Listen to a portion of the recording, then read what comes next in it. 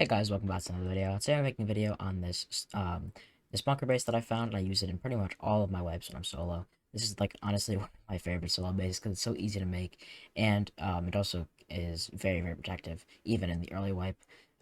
So yeah, let's get into it. So I have to give a shout out to Swifty because he came up with his original base design. I'm just piggybacking off and then adding more to it. So I just wanted to get that out of the way. So yeah, let's get into it now. So for the starter, it's pretty easy starter. You're gonna go like this. Then you have to put two high foundations.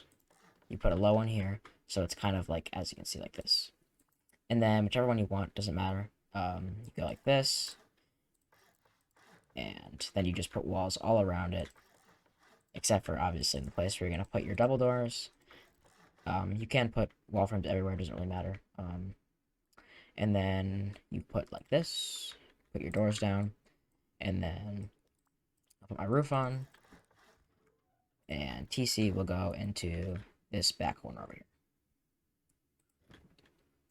And this is the starter. Pretty nice.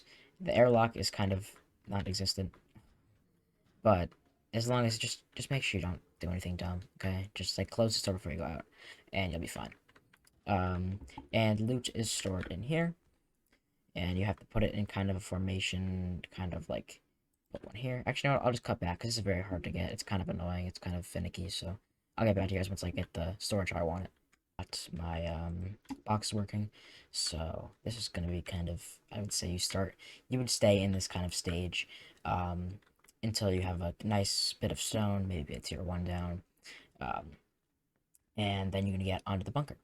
So first thing you have to do when you get started at the bunker is you're going to have to move this door to over here because you can't jump over the roof uh, while the bunker is down, and then obviously you're gonna do that after you start doing this.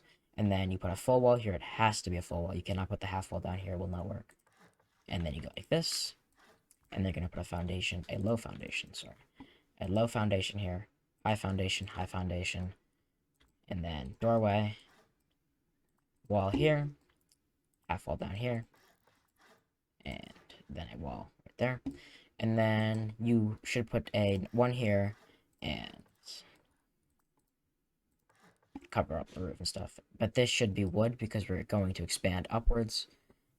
So yeah, I don't feel like going in settings and changing that, so I'm just gonna leave it like that.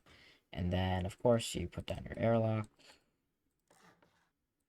and then we get onto the bunker. So the bunker is kind of the hardest part in my opinion.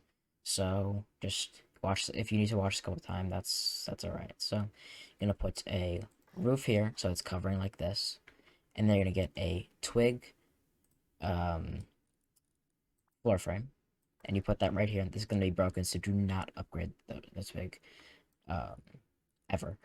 And then you're going to put another roof on the side over here. Make sure that I change settings. And you put this roof here like that, and it opens. And then to close the bunker, you demolish that or shoot it or whatever, and it breaks. So then I'll put that back.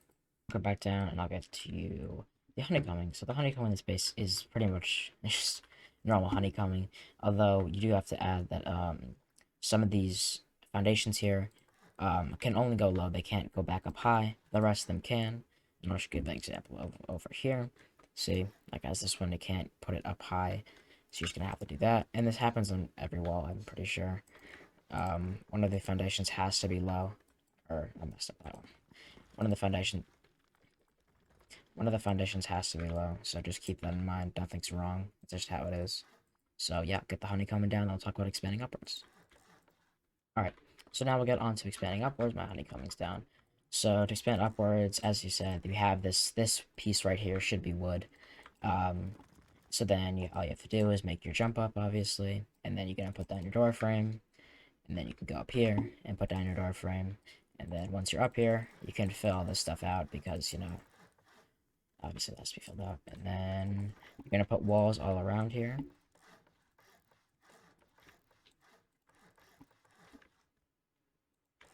And I'll put my roof on.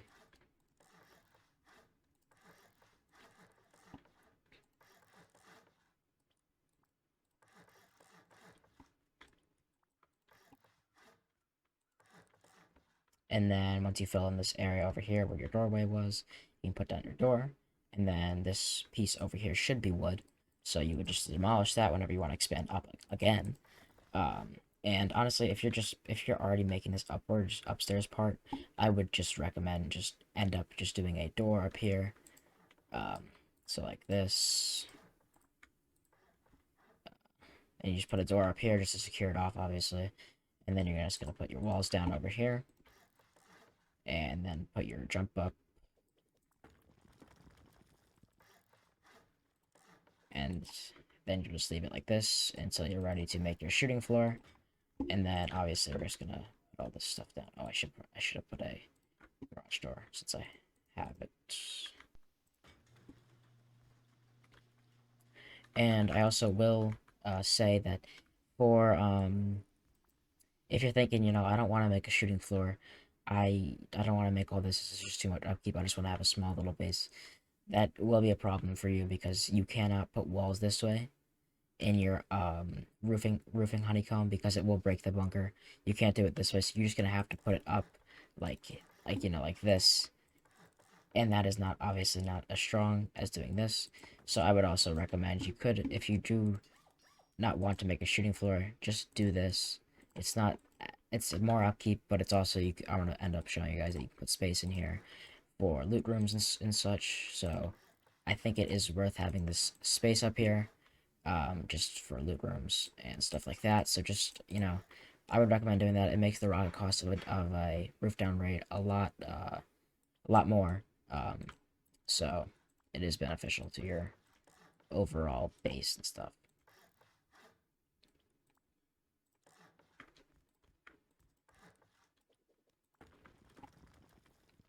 And as you just saw, I made these loot rooms.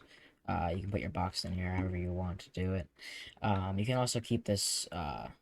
You can also not put loot rooms here if you don't really need them, and just put a lot of furnaces up here. That's what I usually do if I don't need them. And also, it is worth to recommend. You should be upgrading your roofs um, on every level to sheet metal because top-down raids are pretty much very OP. So yeah. Okay, and now we'll get on to constructing the shooting floor up on this floor. So you're gonna have to go like this. This is just gonna be kind of like a transition floor up to the shooting floor. So as you'll see, you're gonna put like this.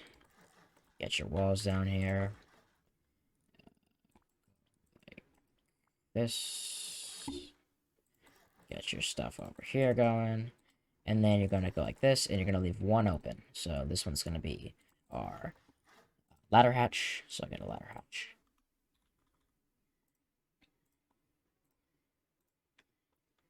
Okay, and we got a ladder hatch right here. And then as you can see, this will just kind of be like a more of a floor just to transition into the shooting floor more cleanly, and also get a good amount of layers going on your base for you. So first we're gonna start making our shooting floor, and this is a very basic shooting floor. I'm just gonna put your walls like this, so that there is peek down. So once you put everything up, you can peek down through here, maybe getting raided or whatever you need to use your shooting floor. And then you're gonna put windows here.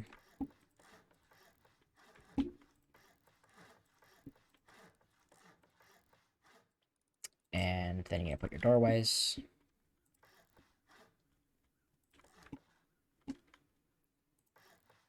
Okay. Make sure these doors, when you put sheet metal doors in here, they are facing outwards, so that people can't just like ladder up and climb into your base. So yeah, get all these down. And then we're gonna put on our roof.